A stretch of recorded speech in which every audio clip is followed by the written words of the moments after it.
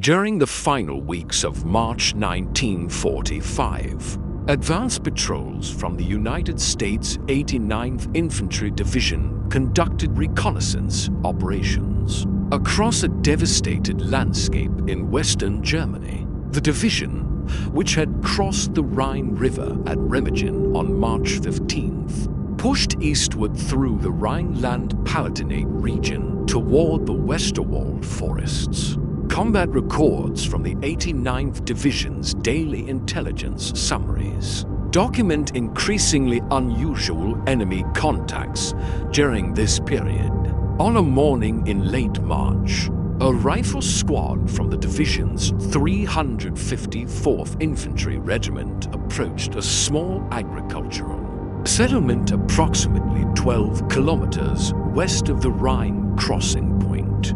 The village, identified in after-action reports as having fewer than 200 residents before the war, had sustained significant artillery damage during the Allied advance. Squad leader Staff Sergeant Thomas Weller, a Kansas native who had seen combat since the division's arrival in France the previous November, led 8 soldiers through streets littered with rubble and abandoned defensive positions. According to the 89th Division's historical record compiled by the Army's Historical Section, reconnaissance elements during this phase of operations expected to encounter organized resistance from Wehrmacht units, irregular Volkssturm formations, or improvised defensive positions manned by Hitler Youth members mobilized under emergency decrees.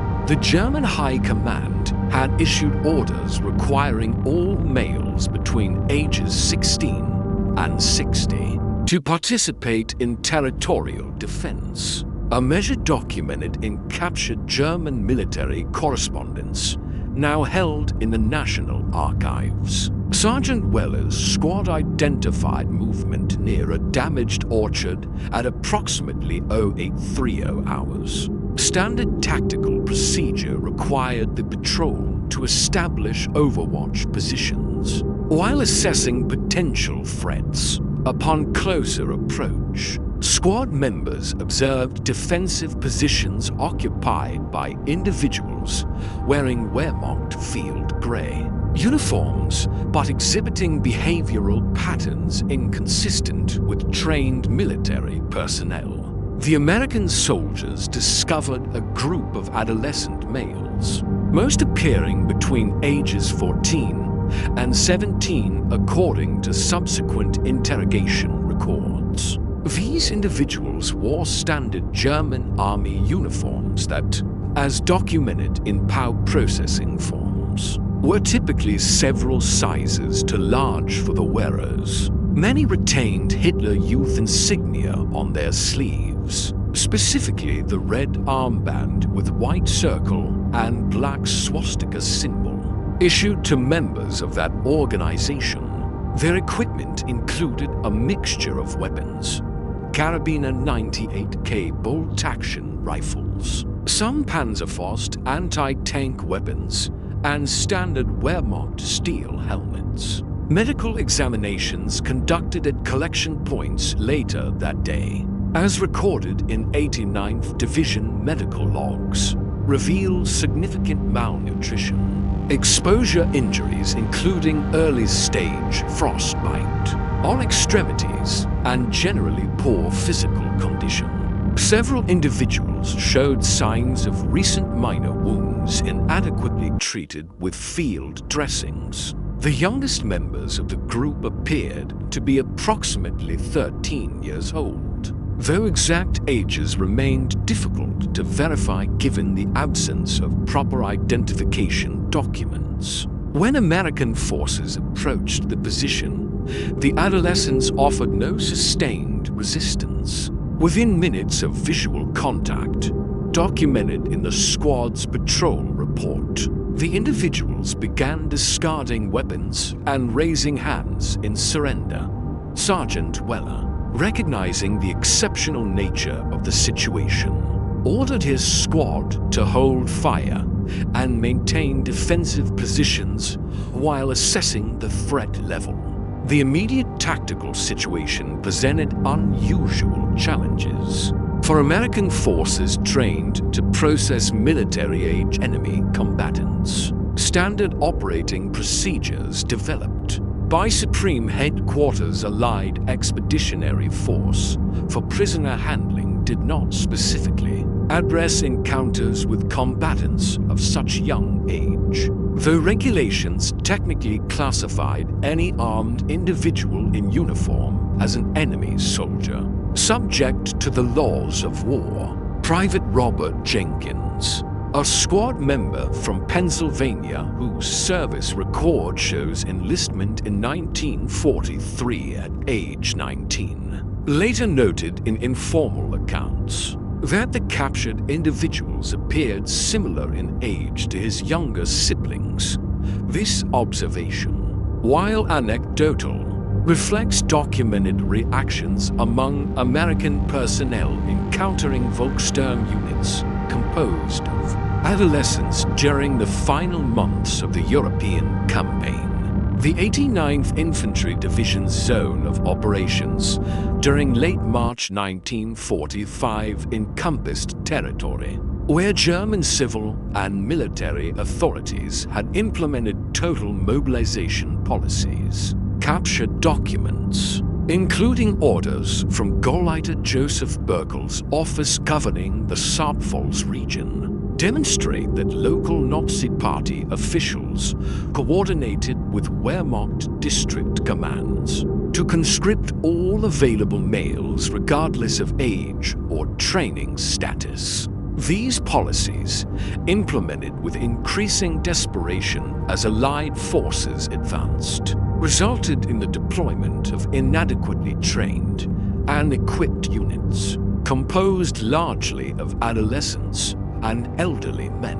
Historical research conducted by the U.S. Army Center of Military History indicates that by March 1945, German defensive capabilities in the Western Territories had deteriorated to the point where regular, our Wehrmacht formations had been largely destroyed or withdrawn to defend interior positions. The adolescents encountered by Weller's squad represented the final mobilization of Germany's remaining human resources, pressed into service through a combination of ideological indoctrination, social pressure, and direct compulsion by party and military authorities. If you appreciate thoroughly researched World War II military history based on primary sources and official records, please like this video and subscribe to the channel. Leave a comment telling us where in the world you're watching from. The organization responsible for placing adolescents in combat positions during the war's final phase originated with a decree issued by Adolf Hitler on September 25, 1944. This order established the Deutsche Volkssturm, or German People's Storm, as a militia force comprising all remaining males aged 16 to 60, not already serving in the Wehrmacht or essential war industries. The decree, preserved in captured German government records, designated Martin Bormann, head of the Nazi Party Chancellery, and Heinrich Himmler, Reichsführer SS, as the organization's principal administrators. Administrative documents from the Volkssturm headquarters, captured by Allied forces and subsequently analyzed by military intelligence services, reveal an organization structured along territorial lines.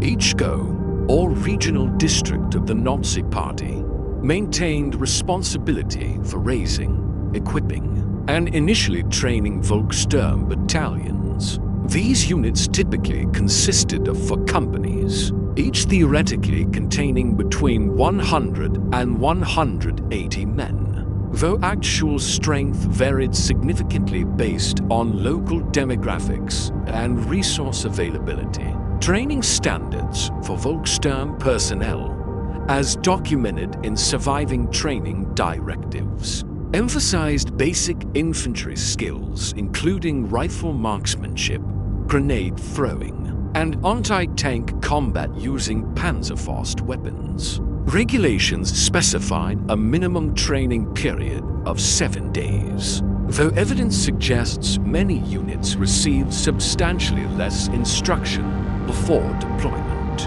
Equipment allocation relied heavily on obsolete weapons, captured foreign arms, and whatever materiel could be diverted from overstretched Wehrmacht supply systems. The Hitler Youth Organization, formerly known as the Hitler Jugend, served as a primary recruitment pool for adolescent Volkssturm members. Founded in 1922 and reorganized after the Nazi seizure of power in 1933, the Hitler Youth became Germany's sole official youth organization, following the suppression of competing groups. By 1939, membership had been made compulsory for all German youth, with boys entering at age 10 and progressing through increasingly militarized training programs. Archival records from the Reich Youth Leadership Office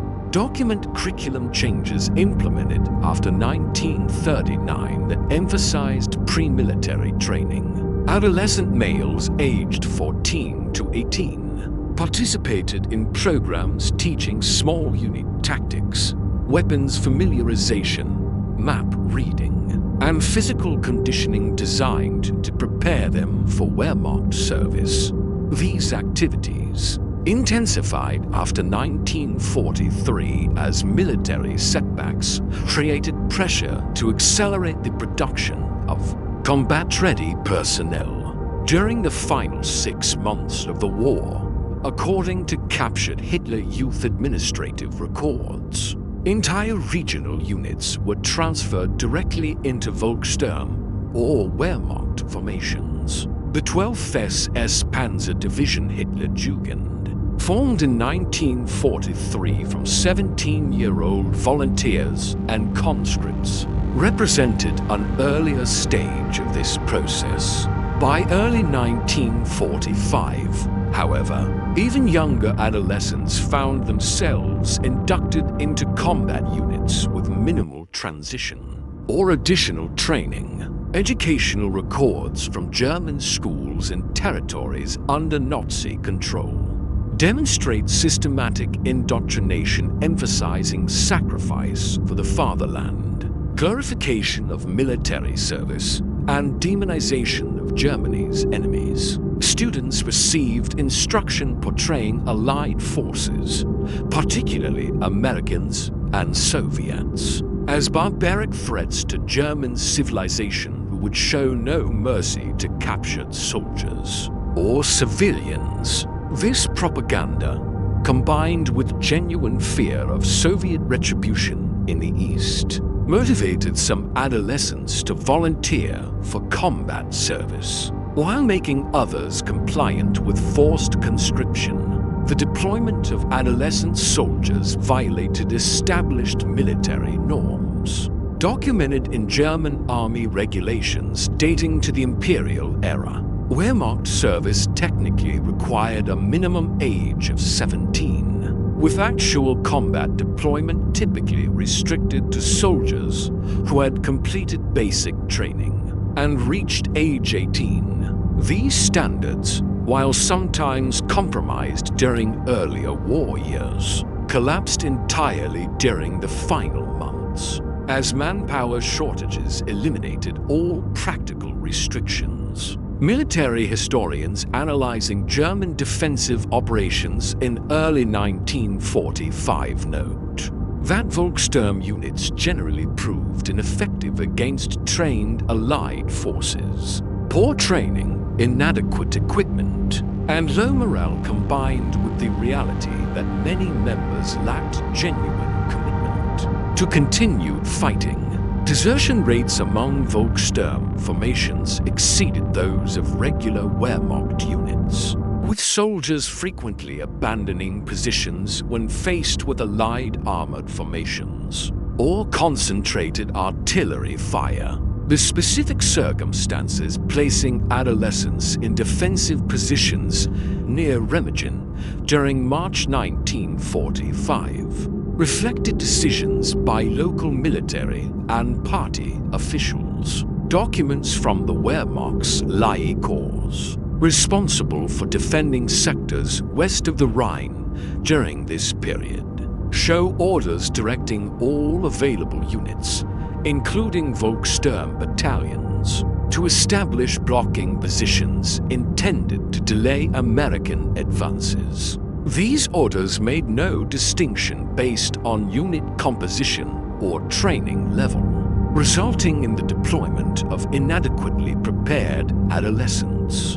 against mechanized American divisions. American military doctrine for prisoner processing, derived from regulations established by the War Department and refined through combat experience in multiple theaters. Field Manual 19-40, governing the handling of enemy prisoners of war, specified procedures beginning with immediate disarmament, search, and documentation at the point of capture. These protocols applied to all enemy personnel regardless of age, though provisions existed for special handling of certain categories including wounded, sick, and personnel requiring segregation for intelligence purposes. When Sergeant Weller's squad took custody of the adolescent Volkssturm members, they implemented standard initial processing steps.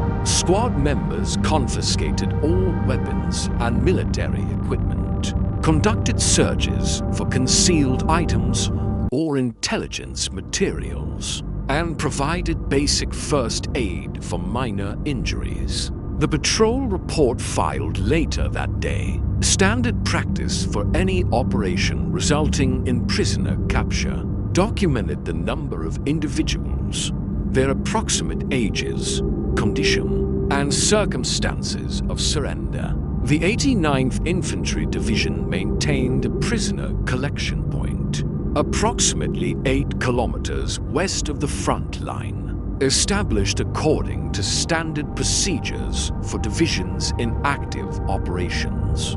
This facility, typically consisting of tented areas surrounded by concertina wire and guarded by military police personnel, served as a temporary holding location where captured enemy soldiers received initial interrogation, medical screening, and classification before transfer to rear area facilities. Transportation of prisoners from forward positions to collection points followed established security protocols.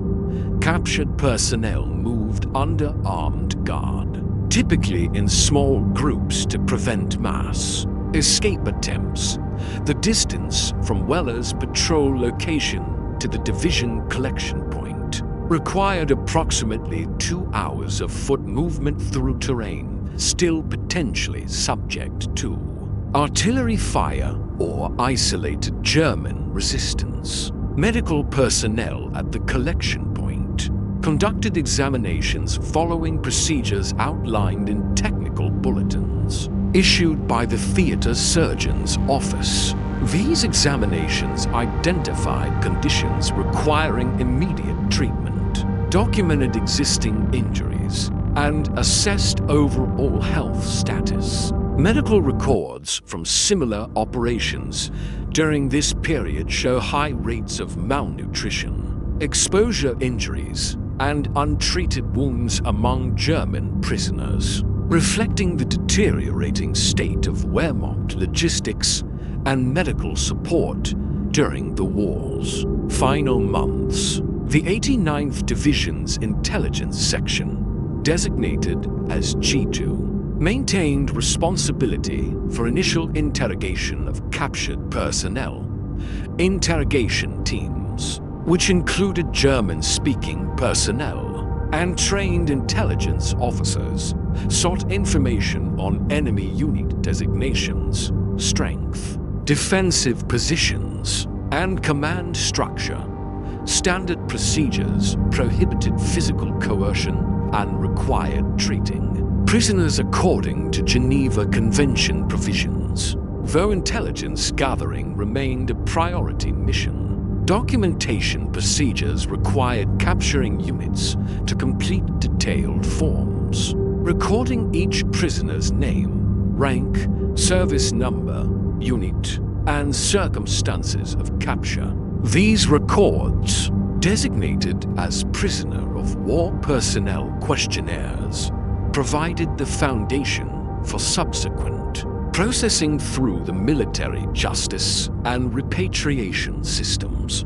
The forms also served intelligence purposes by helping analysts track German unit locations and assess enemy order of battle. Processing adolescent prisoners presented procedural challenges, not fully addressed by existing regulations. While military law classified armed combatants as soldiers regardless of age, medical personnel and chaplains assigned to collection points recognized that many captured adolescents required handling different from adult Wehrmacht soldiers. Informal accommodations, not codified in written orders, but documented in personal accounts and unit histories, included additional medical attention, separation from adult prisoners in some cases, and coordination with civil affairs units regarding eventual disposition. The 89th Division's Rear Area Command established procedures for transferring processed prisoners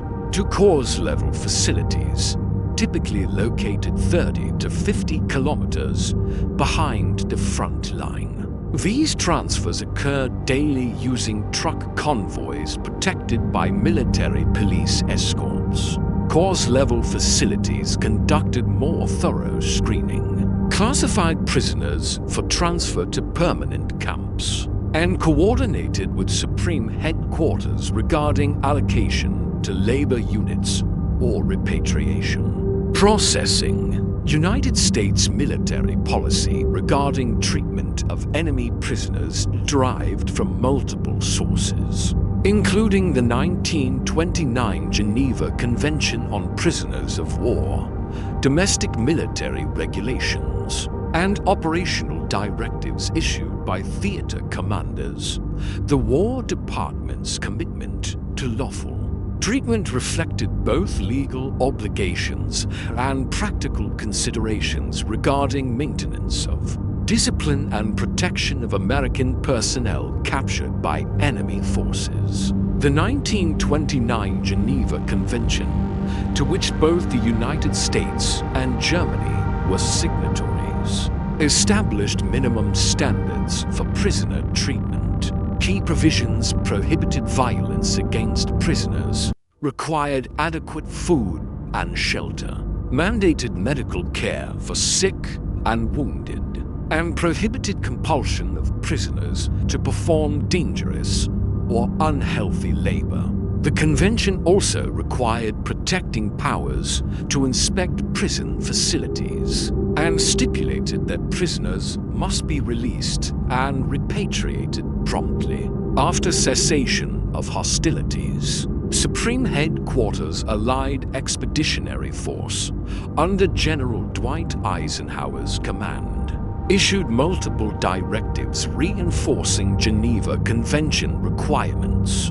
These orders emphasized that mistreatment of prisoners constituted violations of military law, subject to court-martial proceedings. Theater Judge Advocate General reports document investigations and prosecutions of American personnel who violated prisoner treatment standards, demonstrating institutional commitment to enforcing compliance.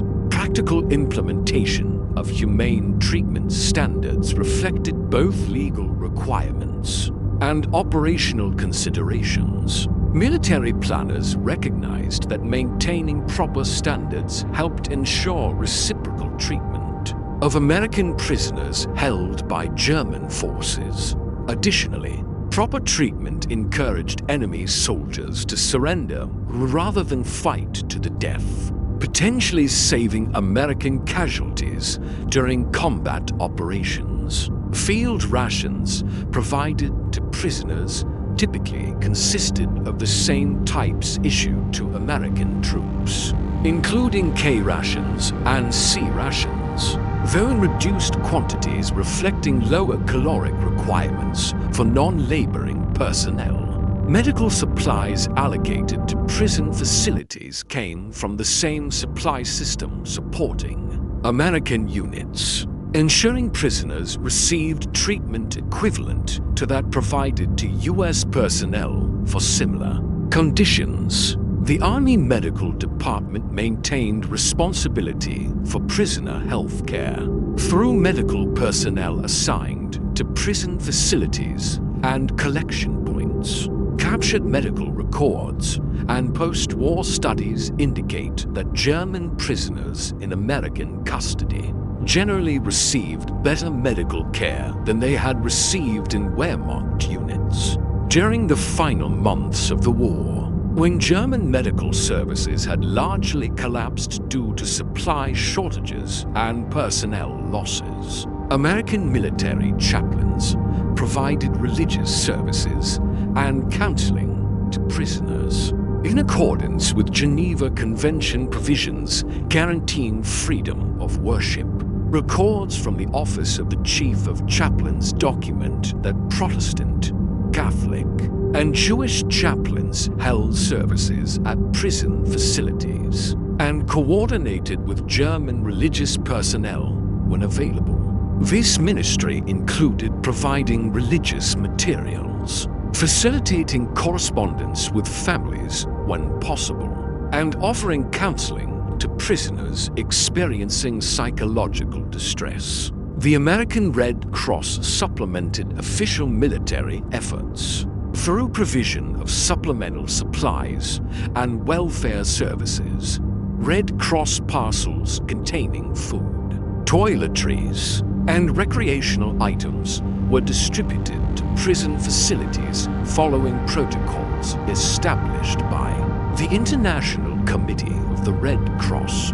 American Red Cross field directors also visited facilities to assess conditions and coordinate with military authorities regarding prisoner welfare. Civil affairs units, responsible for managing interactions between military forces and civilian populations, became involved in handling adolescent prisoners who blurred the line between military combatants and civilians. Civil affairs officers, many of whom had backgrounds in law, education, or social services, advocated for special consideration of young prisoners who had been conscripted with minimal training.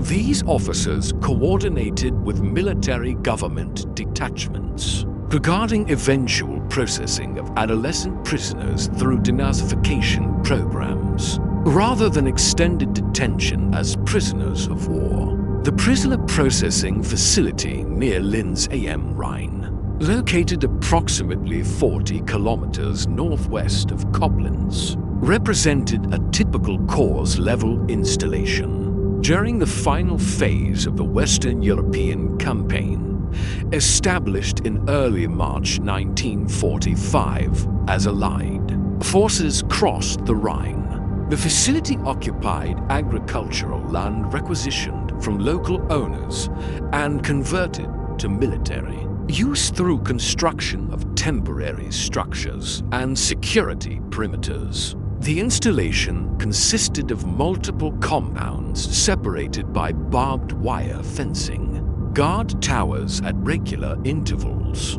and administrative buildings constructed from prefabricated materials shipped forward from rear-area supply depots. The facility's capacity fluctuated based on operational tempo ranging from several hundred to several thousand prisoners during periods of intense combat when large German units surrendered or collapsed under Allied pressure. Military police personnel from Corps-level MP companies provided security and conducted prisoner processing. These soldiers, trained in prisoner handling procedures and often including German-speaking personnel, maintained custody of prisoners from arrival through transfer to permanent camps in rear areas. MP units also coordinated with intelligence personnel conducting interrogations and civil affairs. Officers managing administrative requirements. Processing procedures at Corps-level facilities followed established sequences, designed to efficiently handle large numbers of prisoners while maintaining security and gathering intelligence. Initial steps included verification of documentation completed at forward collection points, assignment to compounds based on rank and military specialty, issuance of prisoner identification, and recording of personal information for notification to the International Committee of the Red Cross. Medical screening at Corps facilities proved more thorough than initial examinations conducted at division collection points. Medical detachments assigned to the facility maintained treatment capabilities including basic surgery, isolation wards for communicable diseases, and convalescent care for prisoners requiring extended recovery before transfer. Medical personnel documented conditions systematically, creating records used both for individual treatment and for analyzing health trends among enemy forces. Interrogation centers at Corps facilities employed more sophisticated techniques than forward elements, utilizing trained interrogators fluent in German and familiar with German military organization.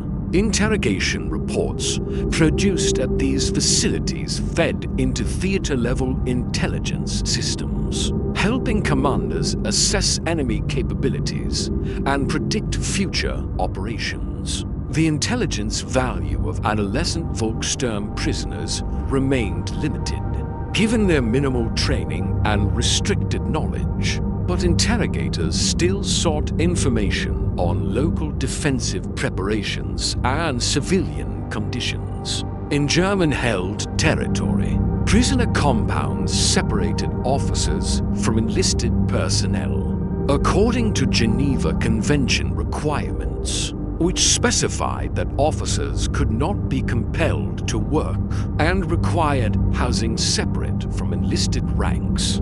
Additional segregation occurred based on unit type, with SS personnel housed apart from regular Wehrmacht soldiers due to concerns about intimidation and the need for special processing related to war crimes investigations. Food service at Corps facilities operated through field kitchens, similar to those supporting American units, adapted to provide meals to large prisoner populations. Typical daily rations included bread, soup, occasional meat when available, and coffee or tea, while quantities remained modest compared to American rations. Nutrition levels exceeded what most German soldiers had received during the final months of the war, when Wehrmacht supply systems had nearly ceased functioning. Recreation and welfare activities at the facility included distribution of reading materials, organization of religious services, and limited opportunities for physical exercise within compound areas. German-speaking prisoners with leadership abilities, carefully screened to exclude Nazi Party fanatics, served as compound representatives coordinating with American authorities on matters affecting prisoner welfare The presence of adolescent prisoners created administrative complications regarding classification and processing. International Red Cross representatives, who maintained access to American-run prison facilities, expressed concern about housing juveniles alongside adult prisoners. These concerns led to informal arrangements at some facilities to house younger prisoners in separate tents or sections, though official policy changes implementing systematic segregation by age developed slowly during the war's final weeks. Geneva Convention provisions permitted prisoner employment on work details, not directly supporting military operations against their own forces. Article 31 of the 1929 Convention specifically prohibited forcing prisoners to work on fortifications or armaments, but allowed labor related to maintenance, agriculture, and non-military construction. American authorities implemented these provisions through work programs designed to utilize prisoner labor for reconstruction, while ensuring compliance with international law. During April 1945, as combat operations in Western Germany transitioned from active fighting to occupation duties, military government detachments initiated reconstruction of transportation infrastructure damaged. During the campaign, priority projects included repairing bridges, clearing rubble from roads, and restoring rail connections necessary for military supply lines and eventual civilian economic recovery. Bridge reconstruction work at crossing points along the Rhine and its tributaries employed both civilian labor and prisoner work details. Engineering units from American corps and army formations supervised these projects, providing technical direction while prisoner details performed manual labor under guard. The work required transporting materials, excavating damaged structures, and assisting engineers in placement of temporary spans. Prisoner work details typically operated 8 to 10 hours per day with rest periods and meal breaks mandated by regulations. Guards maintained security perimeters around work sites and ensured prisoners received adequate water and protection from weather extremes. Work assignments considered prisoners' physical condition, with medically unfit individuals exempted from heavy labor. Compensation for prisoner labor followed Geneva Convention requirements stipulating that working prisoners must receive wages or credits applicable toward post-war claims. American military authorities established payment systems using scrip valid for purchases and prison facility canteens where prisoners could obtain toiletries, tobacco, and other personal items.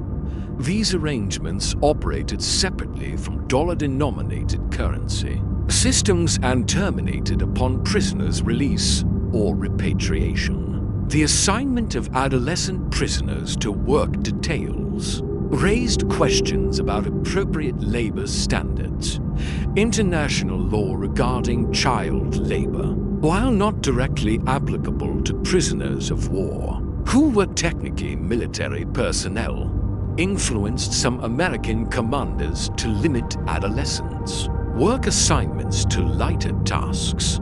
Documentation regarding these decisions remains fragmentary, with practices varying among different facilities and commands. Supervision of work details required German-speaking personnel to communicate instructions and maintain order. Some installations employed carefully vetted German prisoners in supervisory roles, while others relied on American personnel with language skills.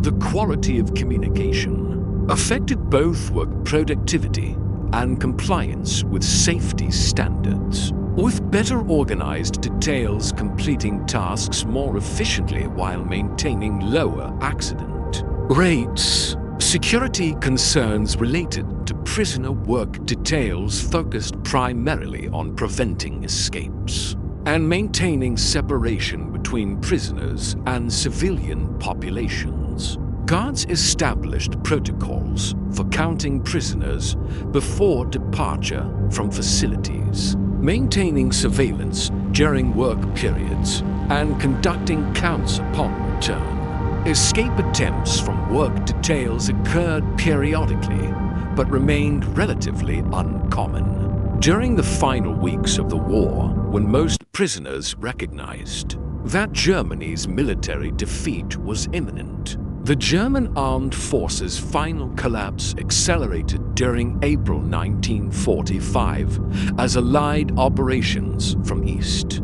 and West compressed remaining Wehrmacht units into shrinking pockets of territory. Supreme Headquarters Allied Expeditionary Force intelligence summaries from this period document the disintegration of organized German resistance across most sectors, with isolated units continuing to fight while others surrendered en masse or simply dispersed. In the Western theaters, American and British forces advanced rapidly against minimal opposition. The 89th Infantry Division, having crossed the Rhine at Remagen, drove eastward through Thuringia toward Bavaria, covering distances in days that would have required weeks of combat during earlier phases of the campaign. The division's historical record notes that by late April, combat actions consisted primarily of accepting surrenders from German units ranging in size from individual soldiers to entire battalions. Adolf Hitler's suicide in his Berlin command bunker on April 30th, 1945, removed the primary obstacle to negotiating Germany's surrender. His designated successor, Grand Admiral Karl Dönitz, assumed leadership of what remained of the German government and military command structure. Dönitz initially sought to continue resistance in the East while negotiating with Western allies, hoping to split the alliance and avoid occupation by Soviet forces. These efforts proved futile as Allied leaders maintained their commitment to unconditional surrender. Without separate negotiations, on May 7, 1945, at Supreme Headquarters in Reims, France, Colonel General Alfred Jodl signed instruments of unconditional surrender on behalf of the German High Command. The surrender took effect at 2301 hours Central European Time on May 8, 1945, officially ending hostilities in the European theater. News of Germany's surrender reached prisoner facilities through official announcements, and word spreading among prison populations. American authorities maintained heightened alert status during the initial days after surrender, concerned about potential unrest among prisoners grappling with their nation's defeat.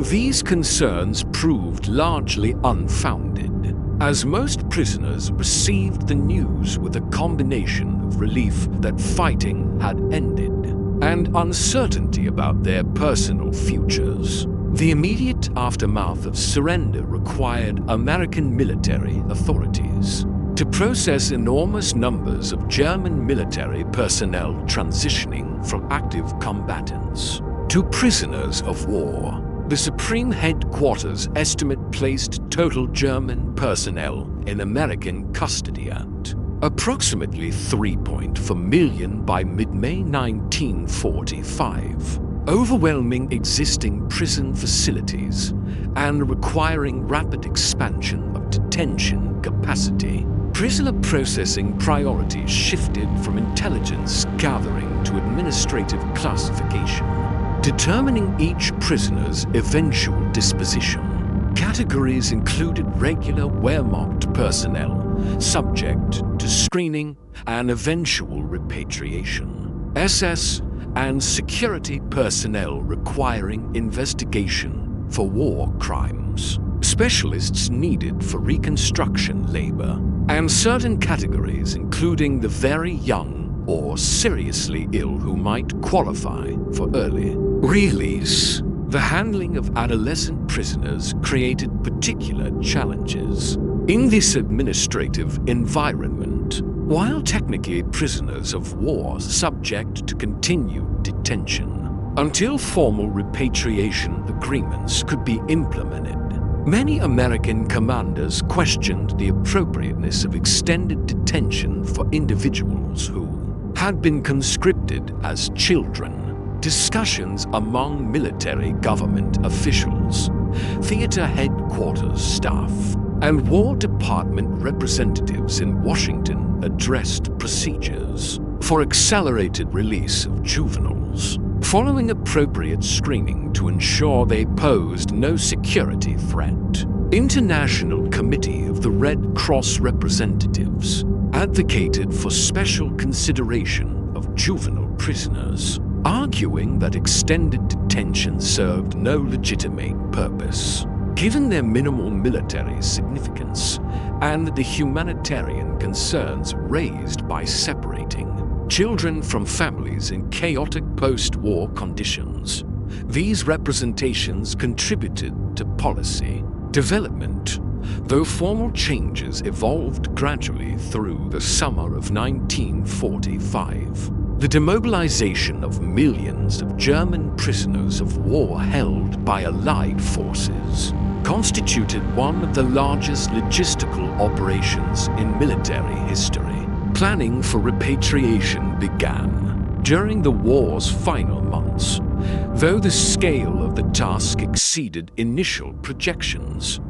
The Supreme Headquarters Allied Expeditionary Force established policies coordinating with British, French, and Soviet authorities regarding release schedules, screening procedures, and transportation arrangements. Priority for release generally favored certain categories, including farmers needed for spring planting, medical personnel, specialists required for essential services, and juveniles. American authorities implemented release programs through military government channels, coordinating with German civil authorities in occupied zones.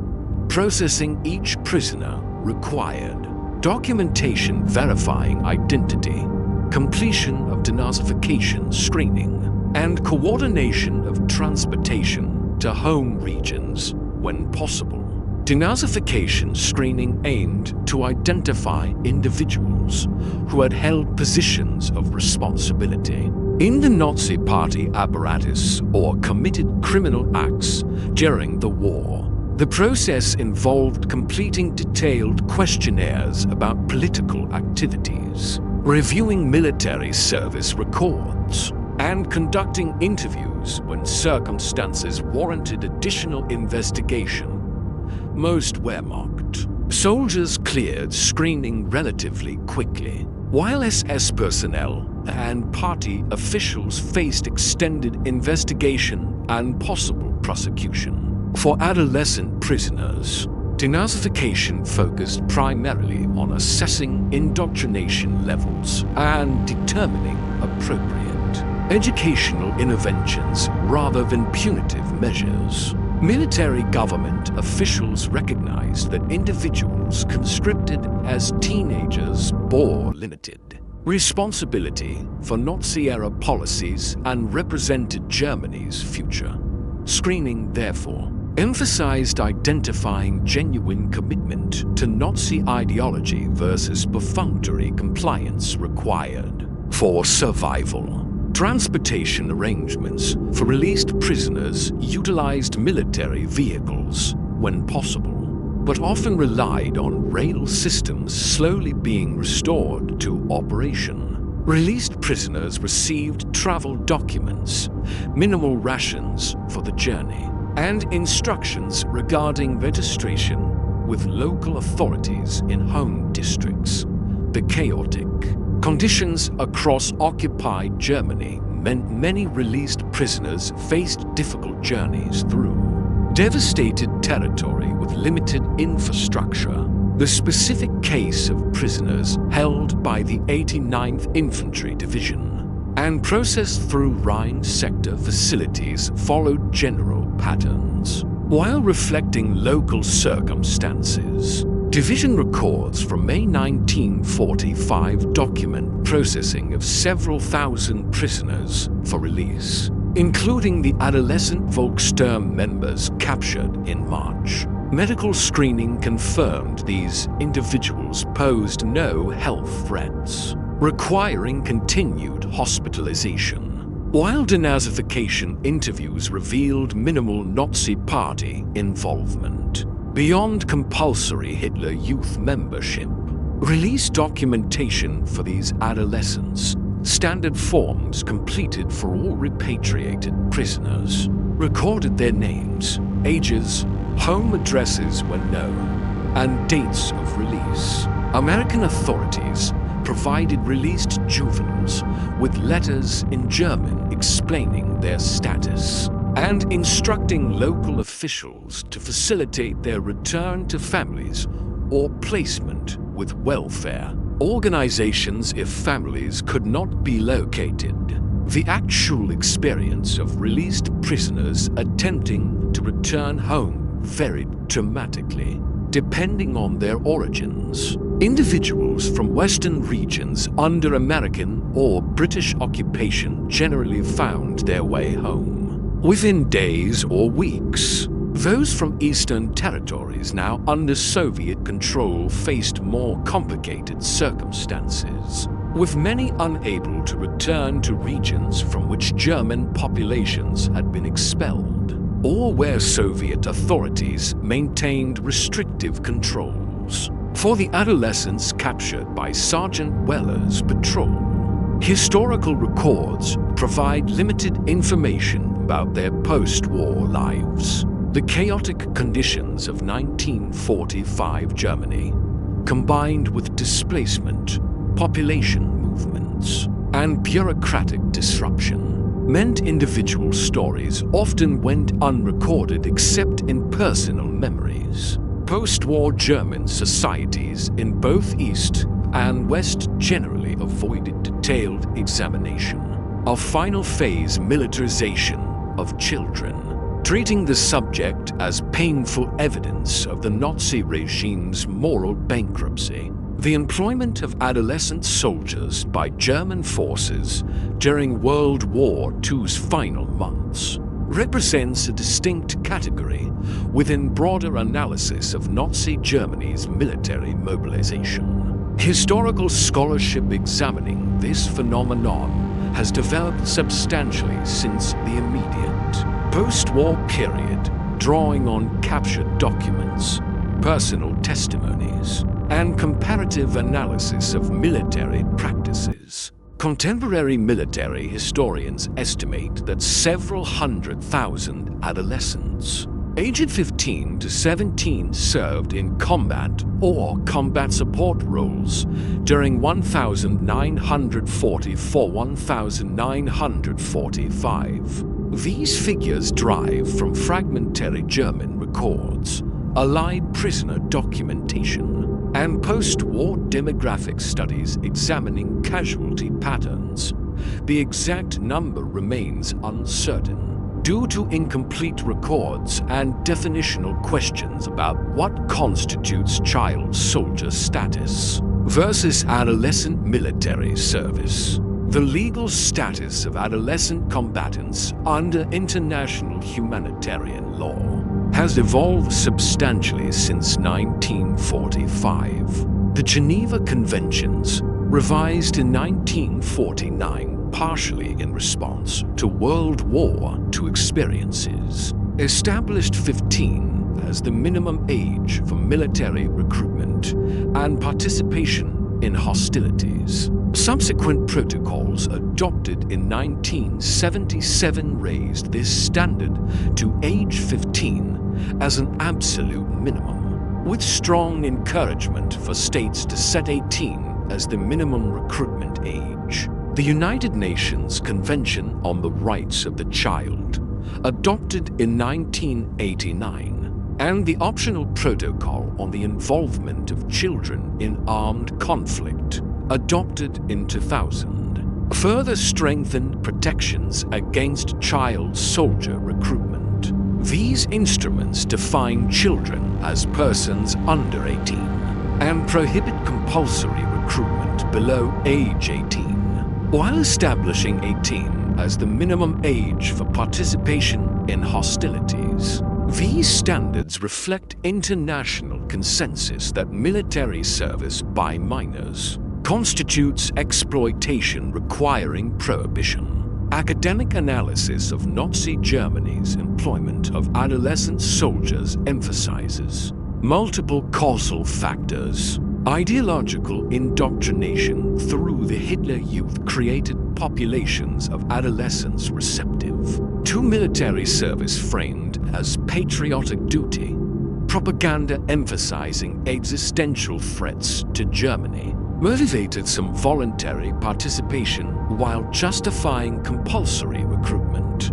Desperation born of military defeats eliminated practical restraints that might have limited adolescent mobilization in less extreme circumstances. The American military response to encountering adolescent enemy combatants, while generally humane, operated within conceptual frameworks that treated armed individuals as military targets. Regardless of age, post-war analysis by military ethicists and international law scholars has debated whether different protocols should apply when armed forces encounter child soldiers.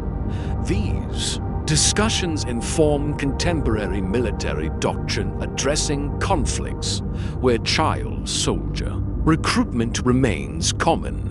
Psychological research examining the long-term effects of childhood military service indicates significant trauma risks, including post-traumatic stress disorder, difficulties with social integration, and challenges establishing normal developmental patterns.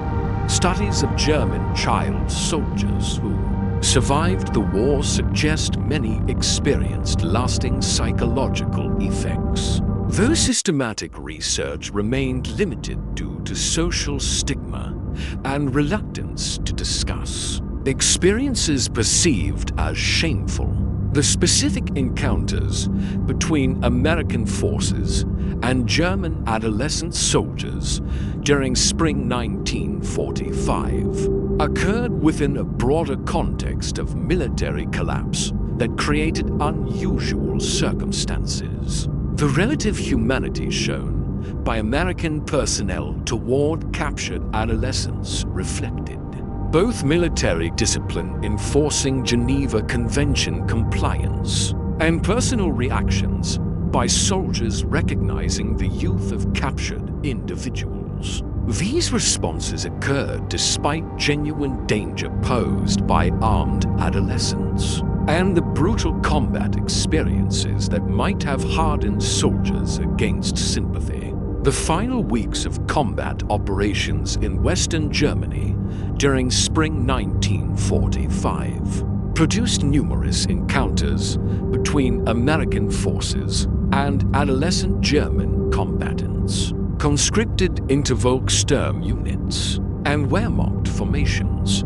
These events, documented in unit after action reports, personal accounts, and prisoner processing records, reveal both the desperation of Nazi Germany's final military efforts and the generally restrained response of American forces confronting child soldiers. The American military's handling of captured adolescent combatants demonstrated institutional commitment to Geneva Convention standards Despite the unprecedented circumstances, medical care, adequate nutrition, and generally humane treatment provided to young prisoners contrasted sharply with conditions these individuals had experienced in German service and exceeded treatment many had expected based on Nazi propaganda about Allied brutality. The rapid collapse of German resistance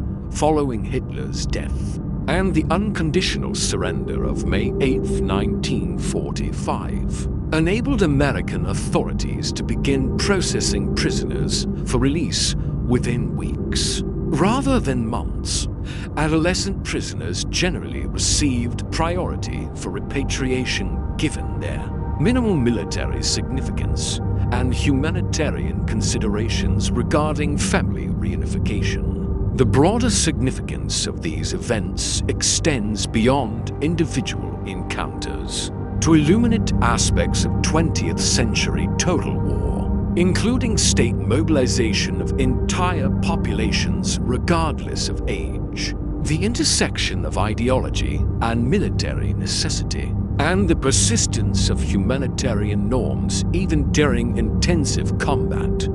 These themes remain relevant to contemporary conflicts where child soldier recruitment continues despite international legal prohibitions. For American veterans who encountered adolescent German combatants, the experience frequently produced lasting impressions evident in post-war memoirs and interviews. Many expressed recognition that circumstances of birth and indoctrination, rather than fundamental character differences, separated them from the adolescents they captured.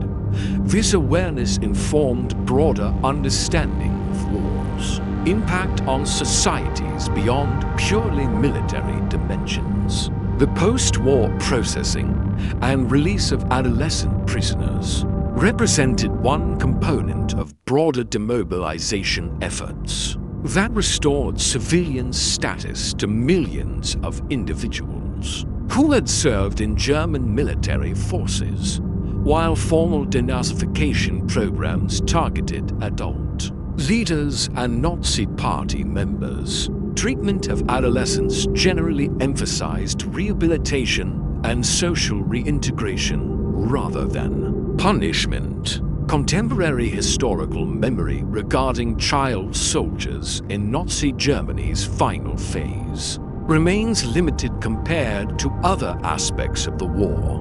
German post-war societies focused on reconstruction and coming to terms with Nazi crimes, generally treated adolescent military service as another tragedy of the regime, or rather than a topic requiring extensive examination. American historical consciousness similarly devoted little attention to these encounters compared to major combat operations. The documentary evidence preserved in military archives, Red Cross records, and unit histories provides foundation for historical analysis. While leaving many individual stories unrecorded, the adolescents captured during final operations typically returned to obscurity in post-war Germany, their wartime experiences becoming private memories rather than public narratives.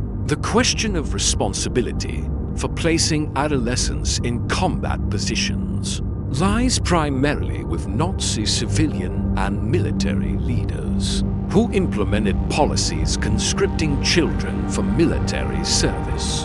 The ideological framework treating sacrifice as the highest duty combined with military desperation to override normal restraints against exposing children to combat. Individual soldiers like those in Sergeant Weller's patrol confronted consequences of these decisions while making choices about how to respond.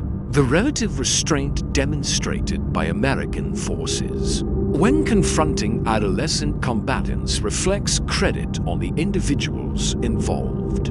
and the institutional culture emphasizing professional standards, these actions occurred despite genuine danger posed by armed adolescents and the extensive combat experience that might have justified harsher responses. For students of military history, these events illuminate the complex moral territory where military necessity, humanitarian values, and individual choice intersect. The decisions made by soldiers encountering adolescent combatants, commanders establishing prisoner policies, and officials processing captives for release occurred within constraining circumstances that limited available options while still permitting choice is reflecting different values. The legacy of these encounters endures in multiple forms, including historical scholarship examining child soldiers in 20th century conflicts, international legal standards prohibiting recruitment of minors, and military doctrine addressing contemporary scenarios involving child combatants. These developments reflect evolved understanding that protecting children from military exploitation requires explicit legal prohibitions and institutional commitments to enforcement. The young Germans captured during spring 1945 and subsequently released returned to a nation devastated by total defeat, facing challenges of physical reconstruction and moral reckoning with Nazi-era atrocities. Most disappeared into private life, contributing to Germany's eventual recovery while carrying memories of experiences most preferred not to discuss. Their stories, preserved fragmentarily in military records and occasional personal accounts, document one aspect of total war's human cost.